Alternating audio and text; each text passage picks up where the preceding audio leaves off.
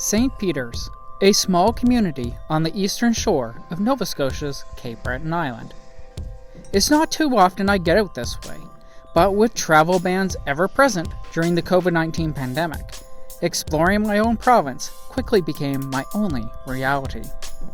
After the first year of the pandemic, Canada's east coast was easily one of the safest places in the country, if not the entire world.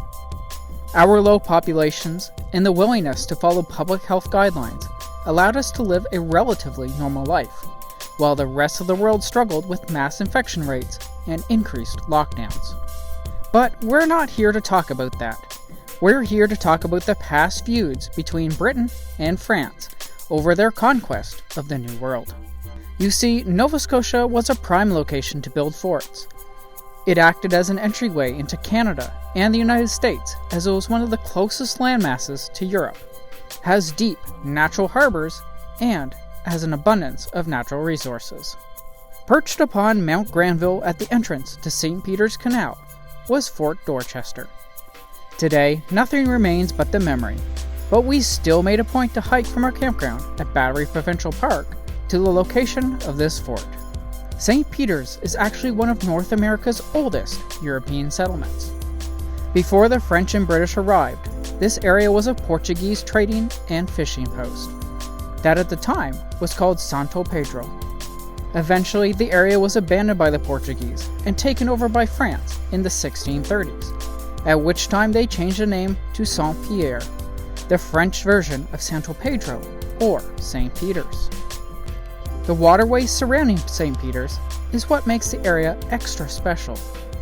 Today, a canal connects the Atlantic Ocean with the Bras d'Or Lake, a lake of monumental scale. At 50 kilometers or 30 miles wide and 100 kilometers or 60 miles long, the lake stretches and connects to most of Cape Breton Island and the towns that are scattered along its waters. By 1758, the British had taken over some of the major forts in the area, most significantly the fortress of Louisbourg, forcing the French to withdraw, heading west towards Quebec. After this part of the war, Britain sponsored people to move into and to build it up once again. Over 30 years later, in 1793, France once again declared war on the British during the French Revolutionary War. In response, the British built Fort Dorchester to protect this vital waterway, as the route through the interior of the lake was much shorter and safer than the open ocean going from St. Peters to Sydney, Nova Scotia's second largest city. But a canal was needed in order to make this route accessible. Beginning in 1854, they began digging, blasting, and drilling on a 15-year project to build a channel of canal systems to allow movement of ships through the space. With high tides, they developed a double lock system to regulate the water levels, and is the only one of its kind in North America. The trail itself is a moderate hike. Although short, we hiked several sections of relatively steep hills to get to the top. Standing in place of the fort is a well-built overlook, where you have views of the town and the canal. It would take a bit of imagination to know what the area might have looked like in the day, but I bet it was a sight to see.